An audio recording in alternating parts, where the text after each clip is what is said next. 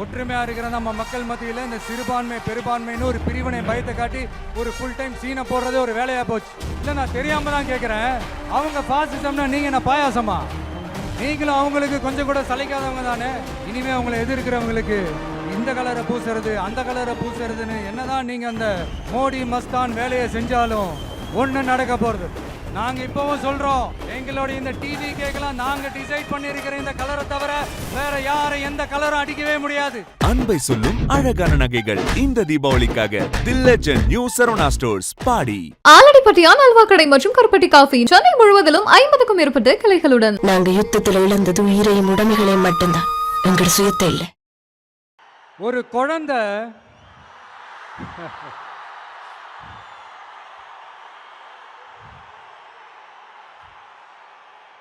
குழந்தை முதல் அம்மான்னு சொல்றப்போ அந்த அம்மாவுக்கு ஒரு சிலிர்ப்பு ஒன்று வரும் பாருங்க.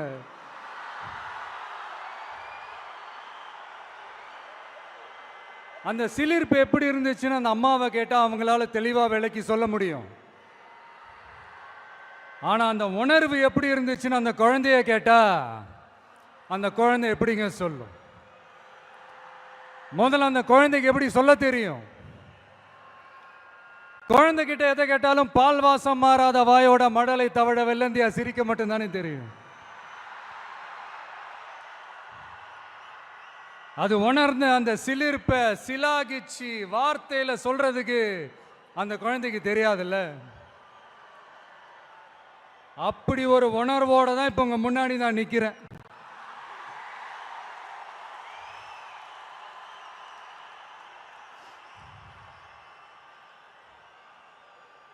ஆனால் அதே நேரத்தில் அம்மா கிட்ட கூட தன்னோட உணர்வை சொல்ல தெரியாம சிரிக்கிற அந்த குழந்தைக்கு முன்னால ஒரு பாம்பு வந்து படம் எடுக்குதுன்னு வைங்களேன், என்ன நடக்கும்? யார் முன்னாடி அப்படி ஒரு பாம்பு வந்து நின்னாலும் அலர் அடிச்சுட்டு ஓடுவாங்க. பாம்பை கண்டா படையை நடுக்கும்னு ஒரு பழமொழியே இருக்கு. ஆனால் அந்த குழந்தை என்ன செய்யும் தெரியுமா?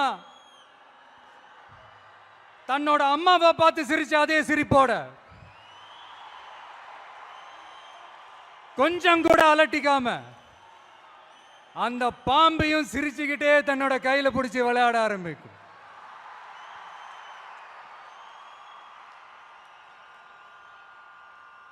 அப்ப அந்த குழந்தைக்கு பாம்பை கண்டா பயம் இல்லையான்னு ஒரு கேள்வியும் வரும். பாச உணர்வே என்னன்னு சொல்ல தெரியாது அந்த குழந்தைக்கு பயம்னா மட்டும் எப்படிங்க சொல்ல தெரியும்?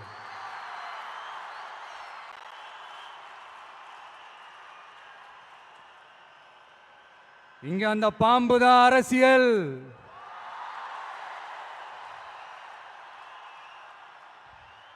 அத கையில பிடிச்சி விளையாட ஆரம்பிக்கிறது தான் உங்க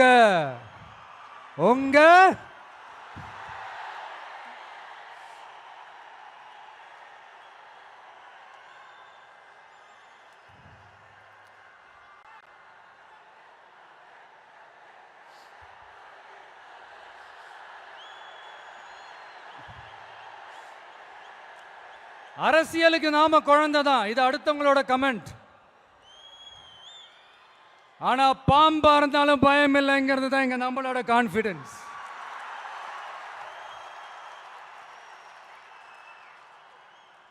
அரசியல் ஒன்றும் சினி ஃபீல்டு இல்லையே, பேட்டில் ஃபீல்டாச்சு, கொஞ்சம் சீரியஸாக தானே இருக்கும். அதனால பாம்பா இருந்தாலும் பாலிடிக்ஸா இருந்தாலும் கையில் எடுக்கணும்னு முடிவு பண்ணதுக்கு அப்புறம் சீரியஸ்னஸோட கொஞ்சம் சிரிப்பையும் சேர்த்து கலந்து செயல்படுறது தான் நம்மளுடைய ஸ்டைலு, நம்மளுடைய ரூட். ஏன்னா அப்படி செயல்பாட்டில் இறங்கினாதான் இந்த ஃபீல்டில் எக்ஸிஸ்ட் ஆக முடியும், ஒரு எனர்ஜியோட இருக்கவும் முடியும், எதிராக நிற்கிறவங்கள டேக்கிள் பண்ணவும் முடியும். இந்த தாறுமாற ஆடுற ஆட்டம்லாம் இது இல்லை, தத்துவத்தோட ஆட வேண்டிய ஆட்டம். அப்படி இப்படிலாம் சும்மா பேருக்கு சொல்லி கூச்சலும் போட முடியாது இல்லையா? கவனமாக தான் களமாடணும். ஆனால்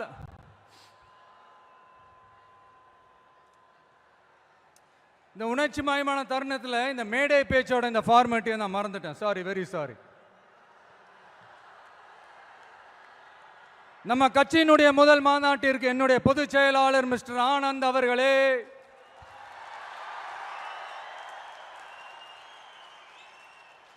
பொருளாளர் திரு வெங்கட்ராமன் அவர்களே, இணை கொள்கை பரப்பு செயலாளர் திருமதி தாகிரா அவர்களே, தலைமை நிலைய செயலாளர் திரு ராஜசேகர் அவர்களே. ஆமா, எதுக்குங்க இந்த அவர்களே அவர்களே இவர்களே எல்லாம்?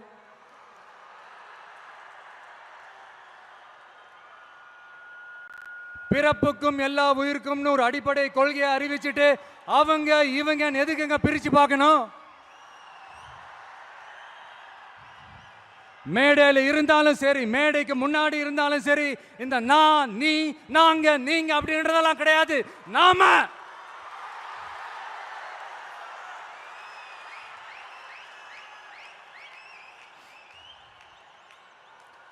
இங்க யாரு மேல யாரு கீழே அப்படின்ற பாகுபாடெல்லாம் எப்போ நம்ம பார்க்க போறதே இல்லை.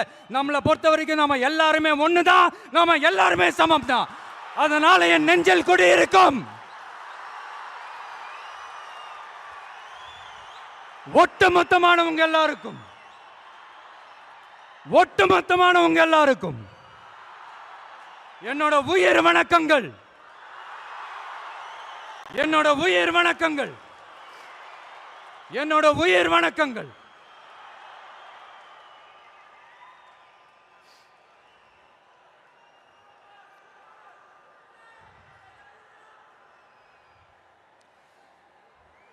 இது வரைக்கும் ஆடியோ லான்ச் மேடையில் மீட் பண்ணோம். இப்போ ஒரு அதிரடி சேஞ்ச். இப்போ நம்ம மீட் பண்றது அரசியல் மேடையில், ஒரு பொலிட்டிக்கல் ஸ்டேஜில். இந்த அரசியல்னாலே இந்த கோபமாக கொந்தளிச்சாதான் ஏதோ புரட்சி பண்ண வந்தவங்கன்னு முன்னாடிலாம் ஒரு கான்செப்ட்லாம் இருந்துச்சு. அதெல்லாம் நமக்கு எதுக்குங்க? அதெல்லாம் நமக்கு செட்டும் ஆகாதுங்க. அதனால இந்த ஊ அப்படி இப்படி ஆச்சா போச்சான்லாம் இந்த கத்துறதெல்லாம் விட்டுட்டு, இந்த கோபமாக கொந்தளிக்கிறதெல்லாம் விட்டுட்டு, ஸ்பீக்கிங் டு த பாயிண்ட், டக்குன்னு பேச வந்த விஷயத்துக்கு வந்துடணும். சயின்ஸ் அண்ட் டெக்னாலஜி மட்டும்தான் மாறணுமா? டெவலப் ஆகணுமா? ஏன் பாலிடிக்ஸ் மட்டும் மாறக்கூடாதா? டெவலப் ஆகக்கூடாதா? மாறணும். இல்லைனா இந்த நியூ வே வேர்ல்டு மாத்திரும். இங்க எப்பவுமே மாறாதது மனுஷ பிறப்பு, பசி, வேலை, உழைப்பு, பணம், இந்த மாதிரி சிலது மட்டும்தான். இன்னைக்கு இருக்கிற ஜெனரேஷனை பத்தி தெளிவா புரிஞ்சுக்கிட்டாதான் எதுவுமே ஈஸியா முன்னெடுத்து வைக்க முடியும். அப்படி ஒரு பாயிண்ட்டுக்கு வந்ததுனால தான் நம்மளோட இந்த ஸ்பீச்சும் இந்த மணிக்கணக்காலாம் இருந்துடக்கூடாதுன்னு முடிவெடுத்தோம். இந்த புள்ளி விவரம் புலியால நம்ம கதற போறதும் இல்லை. இந்த வேர்ல்டு ஹிஸ்டரி, வேர்ல்டு லிட்ரேச்சர்னு கோட்ஸ் மேல கோட்ஸ் சொல்லிக்கிட்டு ஏதோ MP3 ஆடியோவை ஆன் பண்ணி விட்ட மாதிரி பேச போறதும் இல்லை. இங்க ஆல்ரெடி இருக்கிற அரசியல்வாதிகளை பத்தி அதிகமா பேசி டைம் வேஸ்ட் பண்ண போறதும் இல்லை. அதுக்காக மொத்தமா கண்ணை மூடிக்கிட்டு இருக்க போறதும் இல்லை.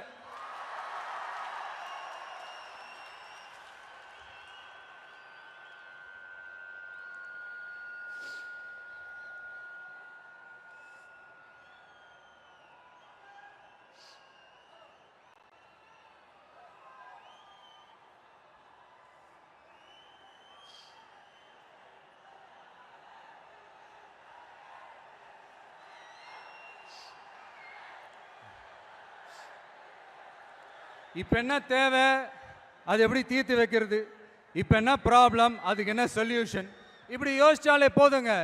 இப்படி யோசிச்சதா ஷார்ட் அண்ட் ஸ்வீட்டாக நம்ம மக்கள்கிட்ட நம்ம எடுத்து சொன்னாலே போதும், அவங்களுக்கு நம்ம மேலே கான்ஃபிடென்ஸ் வரும். அதுவும் இல்லாமல் அரசியலை நம்பிக்கை தர்றது இந்த கொள்கை கோட்பாடுகள் தானே. அது யாருக்கிட்ட இருந்து எடுக்க போகிறோம், எப்படி அடாப்ட் பண்ண போகிறோம், எந்த ரூட்டில் அப்ளை பண்ண போகிறோங்கிறத மக்கள்கிட்ட நம்ம தெளிவாக சொல்ல வேண்டியது நம்மளோட கடமை இல்லையா? அப்படி நம்மளுடைய கொள்கை தலைவர்கள், நம்ம ஃபாலோ பண்ண போற தலைவர்கள், நம்மளுடைய வழிகாட்டிகள் யார் யாருன்னு இப்ப நம்ம சொல்ல போறோம். அவங்க வேற யாரும் இல்ல, இந்த மண்ணில் வாழ்ந்தவங்க தான், இந்த மண்ணுக்காக வாழ்ந்தவங்க தான், இந்த மண்ணுக்கு அங்கீகாரம் வாங்கி தந்தவங்க தான். அதனாலேயே இந்த மண்ணோட அடையாளமாகவும் மாறி போனவங்க தான். எஸ், பகுத்தறிவு புரட்சியாளர் தந்தை பெரியார்.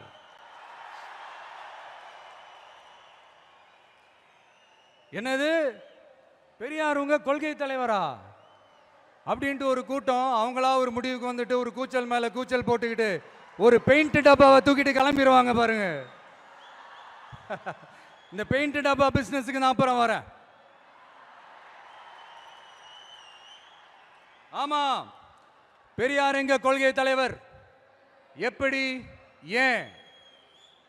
பெரியார் சொன்ன கடவுள் மறுப்பு கொள்கையை மட்டும் நாங்க கையில் எடுக்க போறதே இல்லை. எங்களுக்கு அதில் உடன்பாடும் இல்லை. யாரோட கடவுள் நம்பிக்கைக்கும் நாங்க எதிரானவங்க இல்லை.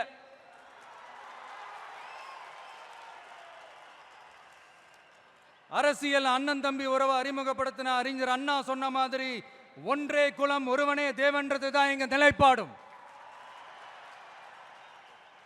ஆனாலும் பெண் கல்வி, பெண்கள் முன்னேற்றம், சமூக சீர்திருத்தம், சமூக நீதி, பகுத்தறிவு சிந்தனை, பெரியார் சொன்னது எல்லாத்தையும் நாம முன்னெடுக்க போறோம். பெரியாருக்கு அப்புறம் எங்களுடைய கொள்கை தலைவர் பச்சை தமிழன் பெருந்தலைவர் காமராஜர். பெருந்தலைவர் காமராஜர் இந்த மண்ணில மதச்சார்பின்மைக்கும் நேர்மையான நிர்வாக செயல்பாட்டுக்கும் முன்னுதாரணமா இருக்கிறதால அவரை எங்கள் வழிகாட்டியாக ஏற்கிறோம். இந்திய துணைக்கண்டத்தின் அரசியல் சாசனத்தை ஆக்கி காட்டியவர் அண்ணல் அம்பேத்கர்.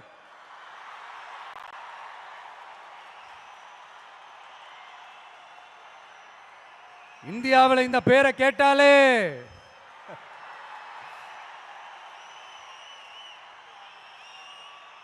சமூகத்தில் ஏற்றத்தாழ்வு ஏற்படுத்துறவங்க எல்லாம் நடுங்கி போயிடுவாங்க. வகுப்பு வாரி பிரதிநிதித்துவத்தையும் சாதிய ஒடுக்குமுறையையும் நிலைநிறுத்த போராடின மாபெரும் தலைவர், அவரையும் எங்கள் வழிகாட்டி என்று சொல்வதில் பெருமை கொள்கிறோம். பெண்களை கொள்கை தலைவர்களாக ஏற்று களத்தில் வரும் முதல் அரசியல் கட்சி நம்ம தமிழக வெற்றி கழகம் தான். அப்படி நாம வழிகாட்டி தலைவர்களாக ஏற்ற 2 பெண்கள்ல ஒருத்தர், ஆக பெரும் வீராங்கனை, இந்த மண்ணை கட்டியாண்ட பேரரசி வேலு நாச்சியார்.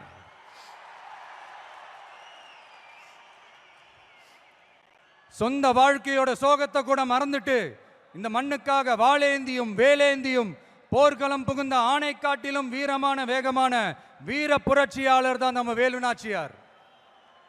இன்னொருத்தர், முன்னேற துடிக்கிற சமூகத்தில் பிறந்து இந்த மண் பின்தங்கிடக்கூடாது என்பதற்காக அதோட முன்னேற்றத்திற்காக பாடுபட்ட அஞ்சலை அம்மாள். சொத்தை இழந்தாலும் சுயநலம் பார்க்காம இந்த மண்ணுக்காக இந்திய சுதந்திர போராட்ட களத்தில் இறங்கி களமாடிய புரட்சி பெண்மணி தான் நம்ம அஞ்சலை அம்மாள். ஸோ இவங்க தான் நம்ம கொள்கை தலைவர்கள். இவங்களை நாம உறுதியாக பின்பற்றுவதே நமது மதச்சார்பின்மைக்கும் சமுதாய நல்லிணத்திற்குமான மிகப்பெரிய சான்றாக இருக்கும். ஸோ மை டியர் ஃப்ரெண்ட்ஸ், உங்ககிட்ட ஒரு தனிப்பட்ட வேண்டுகோள். இந்த மற்றவங்க பின்னாடி மற்றவங்க கூட நிற்கிறவங்கள பார்த்து சொல்ற மாதிரி நம்மளை பார்த்து யாரு விசில் அடிச்சாங்க குஞ்சுன்னு சொல்லிடக்கூடாது. நம்மளுடைய கொள்கை கோட்பாடுகளையும் வழிகாட்டி தலைவர்களையும் மனசுல நிறுத்தி நாம செயல்படுறத பார்த்து இவங்க வேகமானவங்க ஆனா விவேகமானவங்கன்னு சொல்லணும். எல்லாரும் அப்படி சொல்ல வைக்கிற மாதிரி நாம செயல்படணும். எஸ், சொல்லல முக்கியம், செயல் செயல் செயல் தான் முக்கியம்.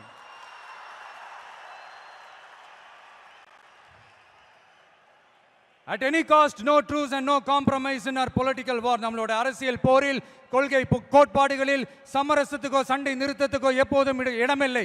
அதுக்காக நாம் இந்த வெறுப்பு அரசியல் எப்பவும் கையில் எடுக்க போறதே இல்லை. எதை நினைச்சு அரசியலுக்கு வந்திருக்கோமோ அப்படி நினைச்சத கொஞ்சம் கூட பிசிறலாம செஞ்சு முடிப்போம். அது வரைக்கும் நெருப்பாதான் இருப்போம். என்ன நண்பா, என்ன நண்பி,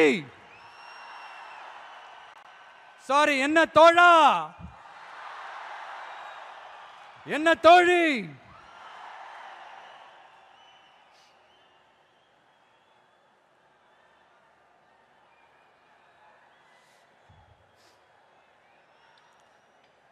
இந்த அரசியல்லாம் நமக்கு எதுக்குங்க? நாம பாட்டுக்கு நடிச்சோமா 4 காசு பார்த்தோமான்னு இருக்கலான்னு தான் ஆரம்பத்தில் நானும் நினைச்சேன். ஆனா நாம மட்டும் நல்லா இருக்கணும்னு நினைக்கிறது சுயநலம் இல்லையா?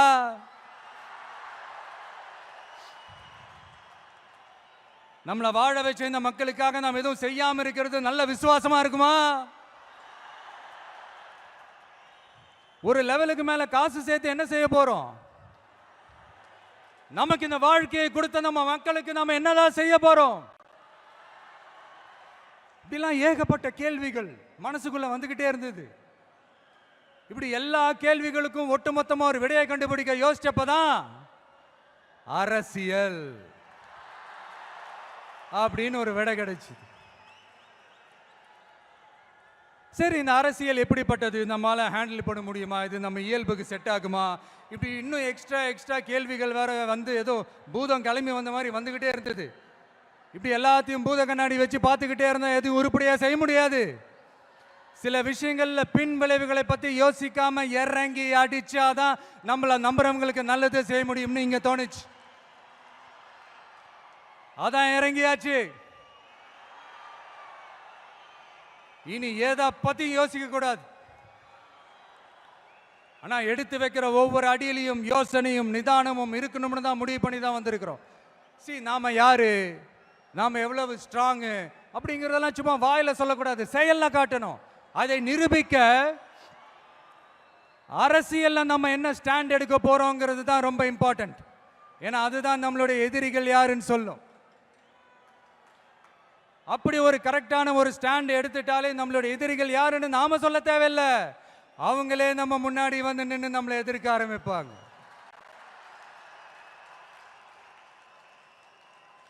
எதிரிகள் இல்லாத வெற்றி வேணும்னா இருக்கலாம், ஆனா களம் இருக்க முடியாது. அந்த களத்துல நம்ம வெற்றியை தீர்மானிக்கிறது நம்மளுடைய எதிரிகள் தானே. நாம கட்சி அனௌன்ஸ் பண்ணப்பவே, அதாவது பிறப்புக்கும் எல்லா உயிருக்கும்னு திருக்குறளோட உயிர் நாதத்தை நம்மளுடைய அடிப்படை கோட்பாடா கொள்கையை அறிவிச்சப்பவே நம்மளுடைய உண்மையான எதிரி யாருன்னு டிக்ளேர் பண்ணிட்டோம். பிறப்பை வச்சு ஏற்றத்தாழ்வு இல்லவே இல்லை, அது கூடவே கூடாதுன்னு ஒரு சமதர்ம சமத்துவ கொள்கையை கையில் எடுத்தப்பவே இங்க கொஞ்சம் கதறல் சத்தம் கேட்க ஆரம்பிச்சது.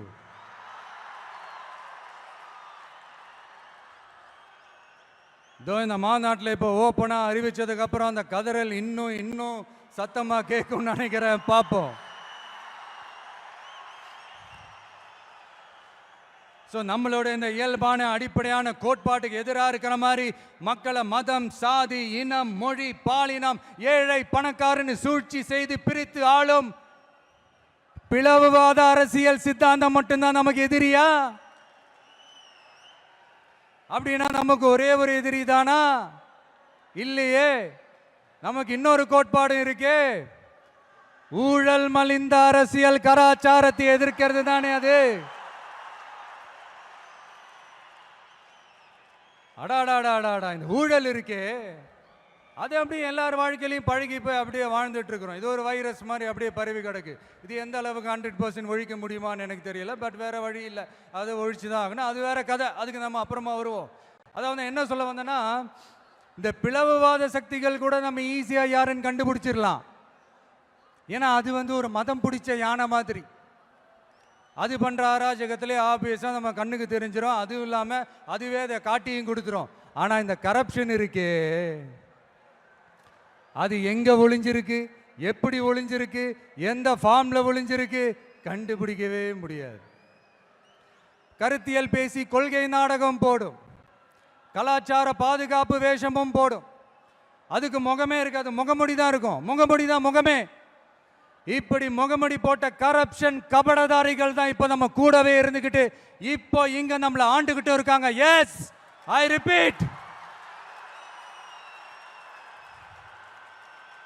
நம்மளுடைய ஒரு எதிரி பிளவுவாத சக்திகள், நம்மளோட இன்னொரு எதிரி இந்த கரப்ஷன் கபடதாரிகள். நம்ம மக்களுக்கு தெளிவா தெரியும் யார் இங்க வரணும், யார் இங்க வரவே கூடாது. ஏன்னா இது மதச்சார்பின்மை பேசுற தமிழ்நாட்டு மண். பெரியார், அண்ணா, பெருந்தலைவர் காமராஜர், வேலு நாச்சியார், அஞ்சலை அம்மா எல்லாம் பிறந்த மண். இங்க இந்து, முஸ்லிம், கிறிஸ்தவர்கள் எல்லாம் அவங்கவுங்க வழிபாட்டு தலங்களையும் வாழ்க்கை முறையிலையும் மட்டும்தான் இருக்கும். ஆனா ஒட்டுமொத்தமா தமிழ்நாடுன்னு வந்துட்டா, ஒற்றுமையை காட்டணும்னு வந்துட்டா, ரொம்ப கஷ்டம் ப்ரோ, ரொம்ப ரொம்ப கஷ்டம் ப்ரோ. அதே மாதிரி இப்போ ரீசெண்டாக கொஞ்சம் நாளைக்கு முன்னாடி பார்த்துருப்பீங்க நம்ம தமிழ்நாட்டில் என்ன நடந்துச்சுன்னு. இங்கே சாதி இருக்கும், ஆனால் சைலண்டாக மட்டும்தான் இருக்கும். சமூக நீதிக்கான அளவுகோலாக மட்டுமே தான் அது இருக்கும். அதை வச்சு நம்ம மண்ணை வேற மாதிரி மாற்றணும்னு யார் என்ன ட்ரை பண்ணாலும் அது நம்ம மக்களே அனுமதிக்க மாட்டாங்க. ஏன்னா இந்த மண்ணில் அது பொலிட்டிக்கலாக ப்ரூவ் ஆன ஒரு தியரி அண்ட் கான்செப்ட். சரிப்பா, உன்னோட எதிரிகள் யாருன்னு சொல்லிட்டா மட்டும் போதுமா? அதுதான் உன்னோட அரசியலான்னு கேட்டா இல்ல. மகத்தான அரசியல்னா அது மக்களுக்கான அரசியல் தான். மக்களோட மக்களா, அவங்கள ஒருத்தனா, அவங்களுக்கான ஒருத்தனா, எப்பவும் மாறவே மாறாத அந்த குணத்தோட மனசோட களத்துல நிக்கிறது தான் எங்களோட நிரந்தர அரசியல் பாதை. எக்ஸாம் எழுதின உடனே ரிசல்ட் வர்ற மாதிரி நல்ல ரிசல்ட் கொடுக்கிற திட்டங்களை தீட்டணும், அது முறையை அமல்படுத்தணும், அது போய் மக்கள் கிட்ட போய் சேரணும், போய் சேர்ந்துச்சான்னு பார்த்துக்கிட்டே இருக்கணும். சோறு சாப்பிட்டாதாங்க பசியாரும், சோறுன்ற வார்த்தையை சொல்றதெல்லாம் பசியாராது. மக்களுக்காக நம்ம கொண்டு வர பிளான்ஸ் எல்லாம் பிராக்டிக்கலா ஒர்க் அவுட் ஆகிற பிளான்ஸா இருக்கணும். சும்மா இந்த உதார விடுற பிளான்ஸ் எல்லாம் இருக்கவே கூடாது. இந்த மீன் பிடிச்சு கொடுக்க கூடாது, அது தப்பு. மீன் பிடிக்க கத்து கொடுக்கணும், அதுதான் சரி. அப்படி இப்படின்ட்டு சில பேர் சொல்லிக்கிட்டு சுத்துவாங்க. ஆனா நாங்களாம் அப்படி இல்லை, எங்க கான்செப்டே வேற, பக்கா பிராக்டிக்கல் தாங்க. முடிஞ்சவங்க மீன் பிடிக்க கத்துக்கிட்டு வாழட்டும், முடியாதவங்களுக்கு நாம மீன் பிடிச்சு கொடுத்து அவங்கள வாழ வைப்போம்.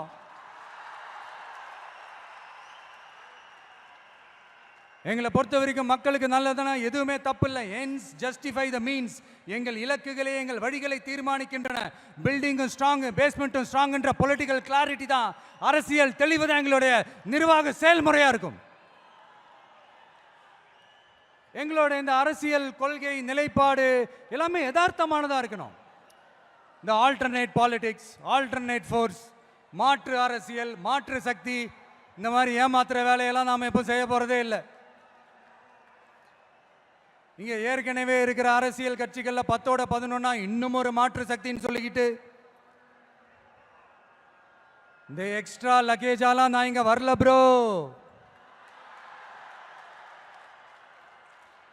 நம்ம நாட்டுக்கு கேடு செய்யற இன்னும் எக்ஸ்ட்ரா வேலையெல்லாம் ஈஸியா செஞ்சுக்கிட்டு மக்கள் மத்தியில் தங்களை மாபெரும் சக்திகளாக நினைச்சுக்கிட்டு இருக்கிற மிகப்பெரிய ஏமாற்று சக்திகளோட பிடியிலிருந்து தமிழ்நாட்டை முழுமையா மாத்திர ஒரு முதன்மை சக்தியா இருந்து உங்களுடைய மகனா, அண்ணனா, தம்பியா, தோழனா, உங்கள ஒருத்தனா இருந்து நான் உழைக்கணும்.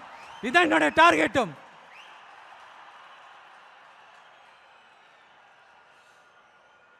எதையும் தெளிவா யோசிச்சு, திஸ் பொலிட்டிக்கல் டீசன்சி, பொலிட்டிக்கல் டெக்காரம், இதெல்லாம் மெயின்டைன் பண்ணி தான் ஒவ்வொரு அடியும் எடுத்து வைப்பேன். ஒரு முடிவோட தான் வந்திருக்கேன். இனிமே நோ லுக்கிங் பேக்.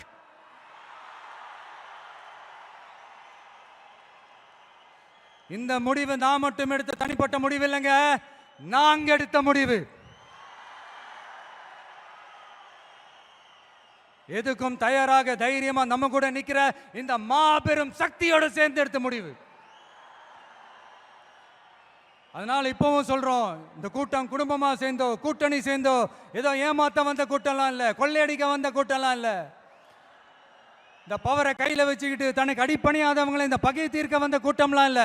பக்கா பிளானோட, பப்ளிக் இன்ட்ரெஸ்டோட, பவர் பாக்டா திரண்டு இருக்கிற கூட்டம்.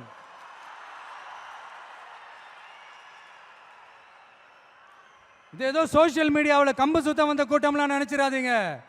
சொசைட்டிக்காக வாழேந்தி நிற்க போற கூட்டம், நம்ம மண்ணை வாழ வைக்கிறதுக்காக அரசியல் வாழேந்தி நிற்க போற கூட்டம். Yes, this is a mass gathering, not for cash but for a good cause.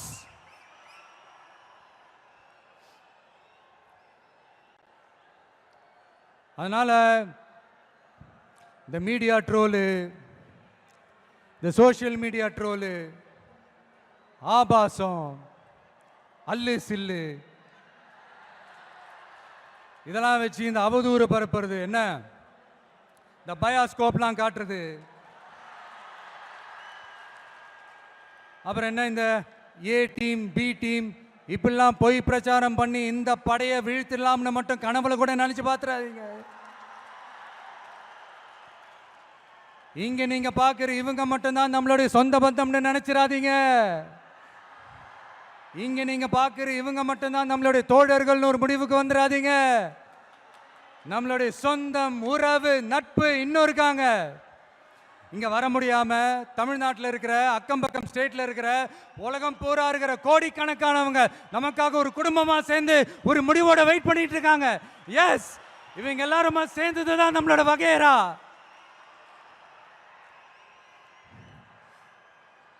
இங்க யாராச்சும் வந்துட மாட்டாங்களா, ஏதாச்சும் நல்லது செஞ்சிட மாட்டாங்களா அப்படின்னு ஒவ்வொரு நாளும் நம்மளுடைய தமிழ்நாட்டை பத்தி அதோட வளர்ச்சியை பத்தி ஒரு ஏக்கத்தோட இருக்கிற நம்மள நம்ம மக்களை இந்த ஏமாத்துற இந்த கரப்ஷன் கபடதாரிகளை ஜனநாயக போர்க்களத்தில் நாம சந்திக்கிற நாள் வெகு தூரத்தில் இல்லைங்க. இப்போ இப்படின்றதுக்குள்ள வந்துடும்.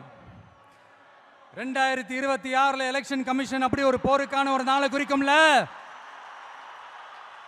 அன்னைக்கு அந்த நாள்ல அந்த தேதியில ஒட்டுமொத்த மக்களும் தங்களோட ஒத்த விரல்ல தமிழ்நாட்டில் இருக்கிற 234 தொகுதியிலையும் TVK சின்னத்துக்காக அவங்க அழுத்த போற ஒவ்வொரு பட்டன்ல இருந்து விடுற ஒவ்வொரு ஓட்டும் அணுகுண்டா மாறும். பாருங்க,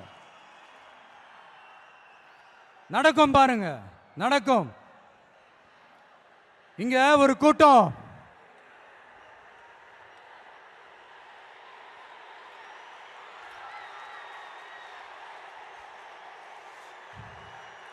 இங்க ஒரு கூட்டம் கொஞ்ச காலமா ஒரே பாட்டை பாடிக்கிட்டு, அதாவது யார் அரசியலுக்கு வந்தாலும் ஒரு குறிப்பிட்ட கலர் அவங்க மேல பூசிட்டு,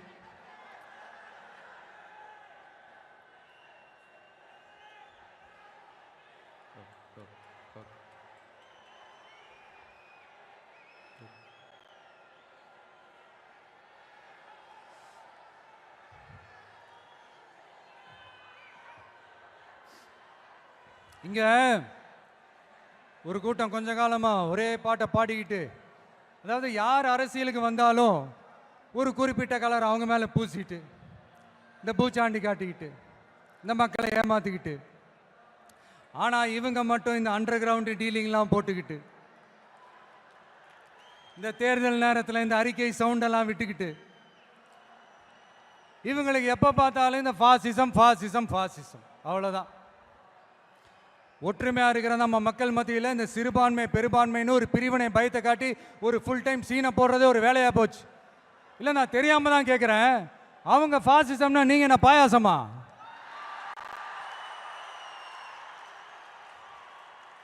நீங்களும் அவங்களுக்கு கொஞ்சம் கூட சளைக்காதவங்க தானே. மக்கள் விரோத ஆட்சியை திராவிட மாடல் ஆட்சின்னு சொல்லி மக்களை ஏமாத்துறீங்க.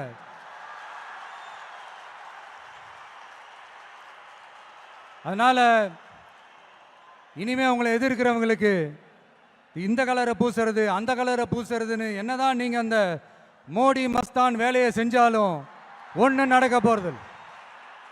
நாங்க இப்பவும் சொல்றோம், எங்களுடைய இந்த டிவி கேட்கலாம் நாங்க டிசைட் பண்ணியிருக்கிற இந்த கலரை தவிர வேற யாரை எந்த கலரும் அடிக்கவே முடியாது.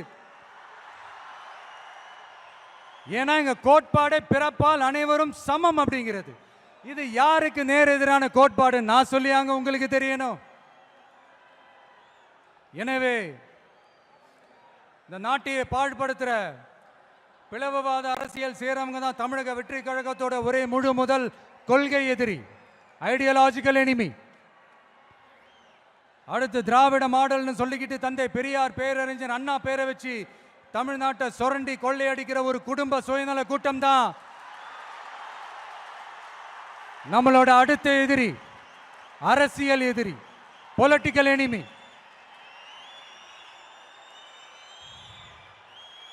கொள்கை கோட்பாட்டு அளவில் திராவிடத்தையோ தமிழ் தேசியத்தையோ நாம பிரிச்சு பார்க்க போறதே இல்லை. திராவிடமும் தமிழ் தேசியமும் இந்த மண்ணோட இரண்டு கண்கள் என்பதுதான் நம்மளுடைய தாழ்மையான கருத்தும்.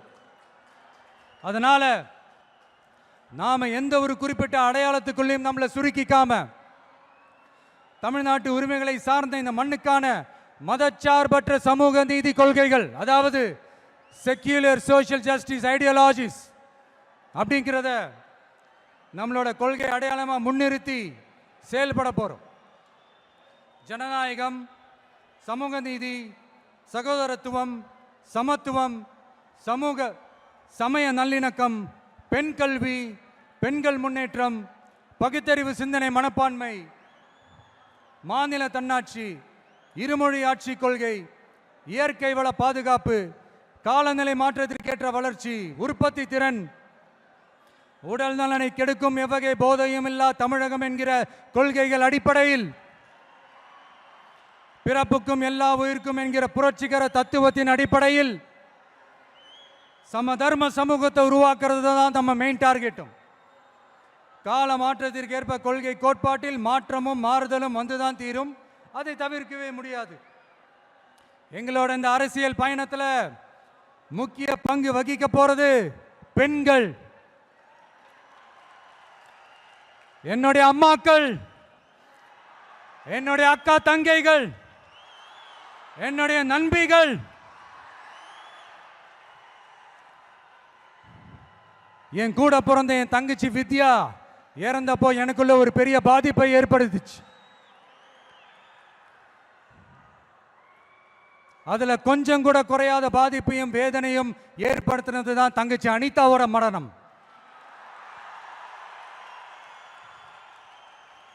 அதுலயும் தகுதி இருந்தும் தடையா இருக்கே இந்த நீட்டு. அப்ப ஒரு முடிவு பண்ணங்க, வாய் நிறைய விஜயண்ணா விஜயண்ணான்னு நம்மளை மனசார கூப்பிடுற இந்த பெண் பிள்ளைங்களோட கல்வி வாழ்க்கைன்னு எல்லாத்துலயும் ஒரு நிரந்தர பாதுகாப்பு ஏற்படுத்தணும்னு. இனிமே கவலைப்படாதீங்க, உங்க மகன், உங்க அண்ணன், உங்க தம்பி, உங்க தோழன், உங்க விஜய் களத்துக்கு வந்துட்டான். ஒவ்வொரு வீட்டில் இருக்கிற ஒரு மகனா, அண்ணனா, தம்பியா, தோழனா, உங்கள ஒருத்தனா, உறவா, நட்பா, என்னை பார்க்குற குட்டீஸ்ல இருந்து பாட்டிஸ் வரைக்கும் எல்லாருக்குமான ஆளா தான் இருப்பேன். எப்பவுமே அப்படிதான் இருப்பேன். சரிப்பா, உன்னோட அரசியல் குறிக்கோள் தான் என்ன அப்படி கேட்டா அதுக்கு ஒரே ஒரு பதில் தான், எல்லாருக்கும் எல்லாமும் கிடைக்கணும். வாழ்றதுக்கு வீடு, வயிற்றுக்கு சோறு, வருமானத்துக்கு வேலை, இதுதான் எங்களோட அடிப்படை அஜெண்டா. இந்த மூணுத்துக்கும் உத்தரவாதம் கொடுக்க முடியாத கவர்மெண்ட் இருந்தா என்ன, போனா என்ன?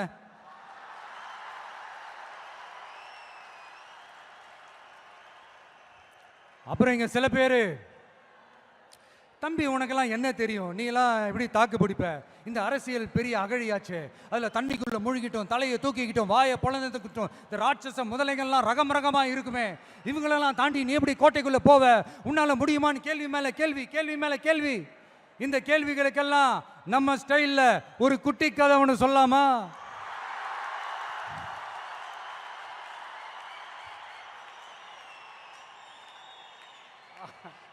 ஆனா இது ஆடியோ லான்ச் ஃபங்க்ஷன்ல சொல்ற மாதிரி இந்த மோட்டிவேஷனல் கதைலாம் கிடையாது. நம்மளுடைய ஸ்டாண்ட் என்ன, நம்ம எடுக்க போற டிசிஷன் என்னன்னு டெலிபரேட்டா சொல்ல போற கதை. சரிங்களா? ஒரு நாட்டில் ஒரு பெரிய போர் வந்துச்சான். அப்போ அந்த நாட்டில் இந்த பவர்ஃபுல்லான தலைமை இல்லாமல் போனதுனால ஒரு பச்சை புள்ள கையில் தான் அந்த பொறுப்பு இருந்துச்சான். அதனால் அந்த நாட்டில் இருந்த அந்த பெருந்தலைகள்லாம் ரொம்ப பயந்துக்கிட்டு இருந்தாங்களாம். அந்த சின்ன பையன் அந்த நாட்டோட படையை நடத்துகிற பொறுப்பை ஏற்றுக்கிட்டு போர்க்களம் போகலாம்னு சொன்னானாம். அப்போ அந்த பெருந்தலைகள்லாம், எப்பா நீயே சின்ன பையன், இது பெரிய போர்க்களம்ப்பா, அங்கே பவர்ஃபுல்லான நிறைய எதிரிகள்லாம் இருப்பாங்கப்பா, களத்தில் அவங்களுக்கு சந்திக்கிறதெல்லாம் சாதாரணமான விஷயம் இல்லைப்பா, சொன்னால் கேளுப்பா, இது விளையாட்டு இல்லை, நீ பாட்டுக்கு குடுகுடுன்னு ஓடி விளையாடிட்டு திரும்ப குடுகுடுன்னு வீட்டுக்கு ஓடி வர்றதுக்கு, போர்னா படையை நடத்தணும், அதை விட முக்கியம் அத்தனை எதிரிகளையும் சமாளித்து போரில் தாக்கு பிடிக்கணும், அதுக்கு மேலே முக்கியம் அந்த போரில் ஜெயிக்கணும், உனக்கு யாரோ கூட்டோ துணையோ இல்லாமல் நீ எப்படிப்பா அந்த போரை நடத்துவ, எப்படி ஜெயிப்ப அப்படின்னு எல்லா பெருந்தலைகளையும் கேட்டப்போ எந்த பதிலும் சொல்லாம போருக்கு தனியா தன் படையோட போன அந்த பாண்டிய வம்சத்தை சேர்ந்த அந்த பையன் என்ன செஞ்சான்னு சங்க இலக்கியத்தில் ரொம்ப நல்லா தெளிவா சொல்லியிருக்காங்க. படிக்காதவங்க படிச்சு தெரிஞ்சுக்கங்க, இல்லைன்னா படிச்சவங்க கிட்ட கேட்டு தெரிஞ்சுக்கங்க. ஆனா கெட்ட பையன் சார் அந்த சின்ன பையன்.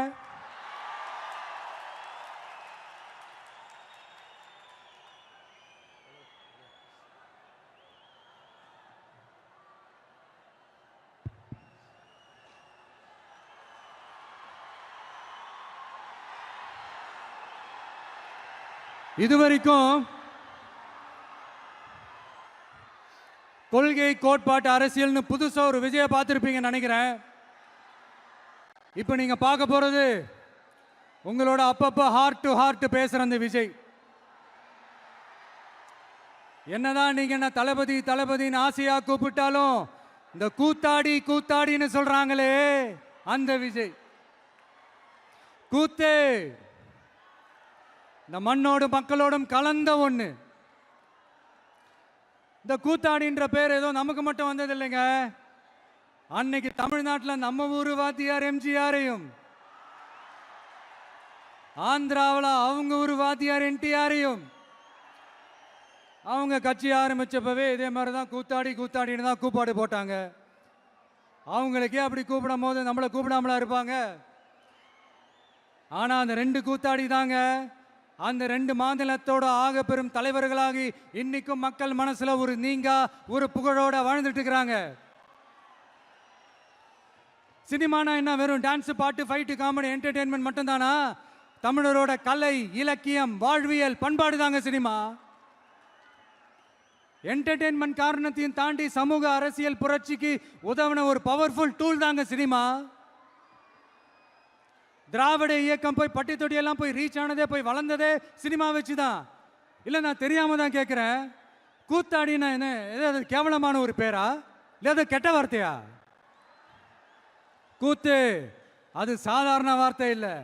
ஏன்னா கூத்து சத்தியத்தை பேசும், சாத்தியத்தை பேசும், கொள்கையை பேசும், கோட்பாட்டை பேசும், கோபத்தை பேசும், சோகத்தை பேசும், அரசியலை பேசும், அறிவியலை பேசும், நல்லதை பேசும், உள்ளதை பேசும், உண்மையை பேசும், உணர்வோட பேசும். இதெல்லாத்தையும் கொஞ்சம் கூட சோர்வு இல்லாம கொண்டாட்டமா பேசும்.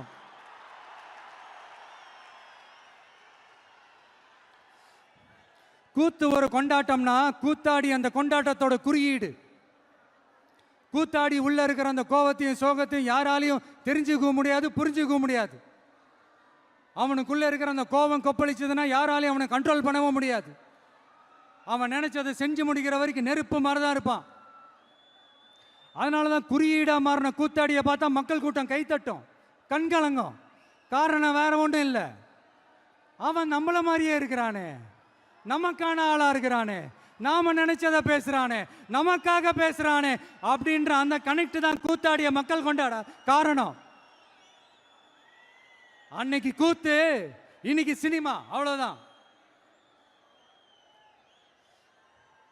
ஆரம்பத்தில் நாமளும் இந்த சினிமா இந்த ஃபீல்டுக்கு வந்தப்போ மூஞ்சி சரியில்லை, ஆளு சரியில்லை, அழகு சரியில்லை, முடி சரியில்லை, நட சரியில்லை, உட சரியில்லைன்னுக்கிட்டு இப்படியெல்லாம் அசிங்கப்படுத்தினாங்க, அவமானப்படுத்தினாங்க. ஆனா கொஞ்சம் கூட கலங்காம ஒவ்வொரு வாய்ப்புக்காகவும் ஒவ்வொரு சூழலுக்காகவும் காத்திருந்து சுத்தி சுழன்று உழைச்சி மேல வந்தவன் தான் இந்த கூத்தாடி. அப்ப கூட உழைப்பு மட்டும்தாங்க என்னோடது. அதன் மூலமா எனக்கு கிடைச்ச மத்த எல்லாத்துக்கும் காரணம் நான் இல்லை.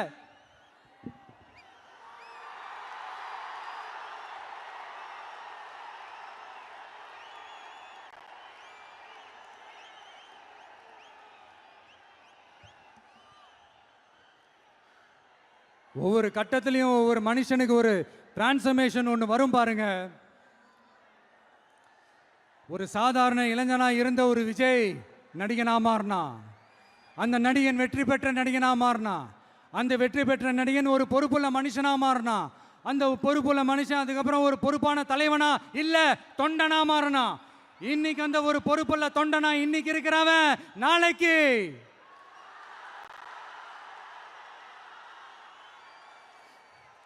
அதை நான் சொல்ல தேவையில்லைன்னு நினைக்கிறேன்.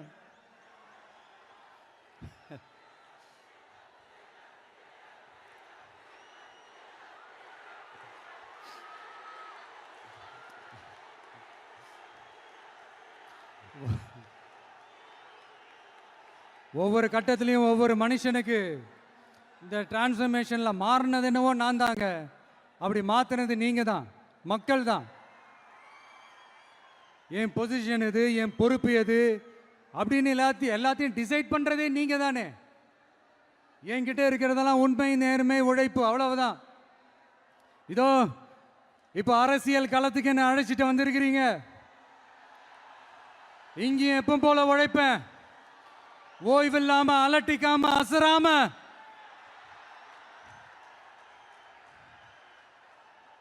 அதுக்கான ரிசல்ட் எல்லாமே உங்க ஒவ்வொருத்தரோட கை விரல்லையும் இருக்கும் போது எனக்கு என்னங்க கவலை? எல்லாமே நல்லாவே ஒர்க் அவுட் ஆகும் பாருங்க. தேர்தல் அரசியல்ல ஜெயிச்சவங்க தோத்தவங்க அத்தனை பேர் பாடத்தையும் படிச்சுட்டு பல பேரோட உந்துதலை ஊக்கமாய் எடுத்துக்கிட்டு என்னோட கெரியரின் உச்சத்தை எப்படி என்னோட கெரியரின் உச்சத்தை உதறிட்டு அந்த ஊதியத்தை உதறிட்டு உங்க விஜயா உங்களை மட்டுமே நம்பி வந்திருக்கேன். நம்பி நடப்போம், நம்பிக்கையோட நடப்போம். தமிழக வெற்றி கழகம் தமிழ்நாட்டு அரசியலின் புதிய திசையாகும், புதிய விசையாகும் மாறி அத்தனை அரசியல் அழுக்குகளையும் அடித்து துவைத்து நீக்கும். அதை தீர்மானிக்கட்டும் எங்கள் போக்கும் உங்கள் வாக்கும்.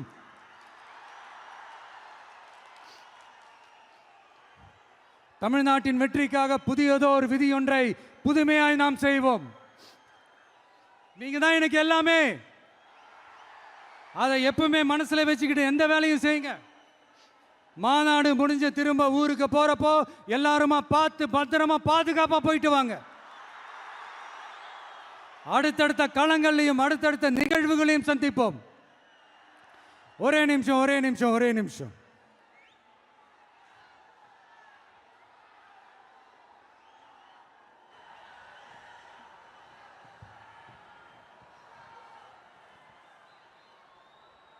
நம்மளோட இந்த செயல் திட்டங்களை பற்றி உங்களுக்கு தெளிவாக புரிஞ்சிருக்கும். இருந்தாலும் அதில் இருக்கிற நம்ம மக்களுக்கு தேவையான முக்கியமான சில ஹைலைட்ஸை மட்டும் இங்கே சொல்லணும்னு ஆசைப்படுறோம். நாம் முக்கியமாக ரொம்ப கவனம் செலுத்த வேண்டியது பெண்களுக்கும் குழந்தைகளுக்கும் வயசான பெரியவங்களுக்குமான பாதுகாப்பில் தான். அதை உறுதி செய்யறதுக்குன்னே அதுக்குன்னு ஒரு தனித்துறையும் இலாக்காவும் ஏற்படுத்தணும். இன்னொரு முக்கியமான பாயிண்ட், ஏற்றத்தாழ்வு இல்லாத கல்வி, மருத்துவ வசதி, நல்ல குடிநீர் எல்லாத்தையும் எல்லாருக்கும் சமமாக கிடைக்க செய்யணும். அதுக்குன்னு தனி கவனம் செலுத்தி அதை அனைத்து மக்களோட அடிப்படை உரிமையாகவும் ஆக்கணும். அப்புறம் இந்த அரசியல் மற்றும் பொருளாதார சமநிலை சமூகம் உருவாக்கணும்னா ப்ரொபோர்ஷனல் ரெப்ரசன்டேஷன் முறையை அமல்படுத்தணும். அதுக்கு பல மாநிலங்களில் பல வருஷ கோரிக்கையாக இருக்கிற காஸ்ட் சென்சஸ் நடத்தணும். அப்போதான் எல்லாருக்கும் எல்லாம் சரியா சமமா கிடைக்கும். அதுதான் சரியான சமூக நீதிக்கான அணுகுமுறையாகவும் இருக்கும். அப்புறம் இன்னொரு முக்கியமான பாயிண்ட், இது ஒரு அரசியல் அணுகுண்டு. Yes, it's a political bomb. மக்களோட மக்களா நாம இனிமே களத்தில் தொடர்ந்து நிற்க போறோம். அது மட்டும் இல்லாம தமிழ்நாட்டில் இருக்கிற ஒரு வீடு கூட விடாம ஒவ்வொரு வீட்லையும் உண்மையா உயிரா உணர்வா உறவா நாம இருக்கும். அதனால அவங்களோட ஆசீர்வாதத்தாலையும் அமோக ஆதரவாலையும் நம்மள சிங்கிள் மெஜாரிட்டியோட ஜெயிக்க வைப்பாங்கன்ற அசைக்க முடியாத நம்பிக்கை, ஆழமான நம்பிக்கை நமக்கு 100% இருக்கு. இருந்தாலும் அப்படி நாம் அந்த நிலையை நிறைவா அடைஞ்சாலும் நம்ம செயல்பாட்டை நம்பி நம்மளோட சில பேர் வரலாம் இல்லையா? அதுக்கான அரசியல் சூழல் உருவாகலாம் இல்லையா? அப்படி வர்றவங்களையும் நாம அன்போட அரவணைக்கணும் இல்லையா?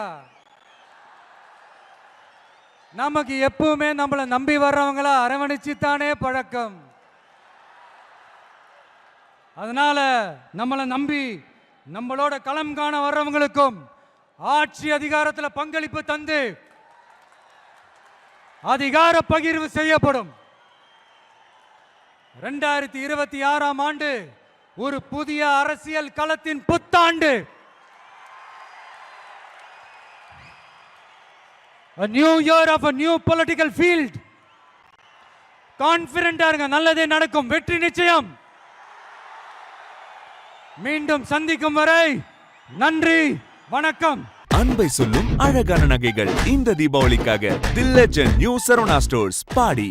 ஆலடிப்பட்டியான் அல்வா கடை மற்றும் கருப்பட்டி காஃபி சென்னை முழுவதிலும் 50க்கும் மேற்பட்ட கிளைகளுடன். நாங்க யுத்தத்துல இழந்தது உயிரையும் உடைமைகளையும் மட்டும்தான், எங்களோட சுயத்தை இல்லை.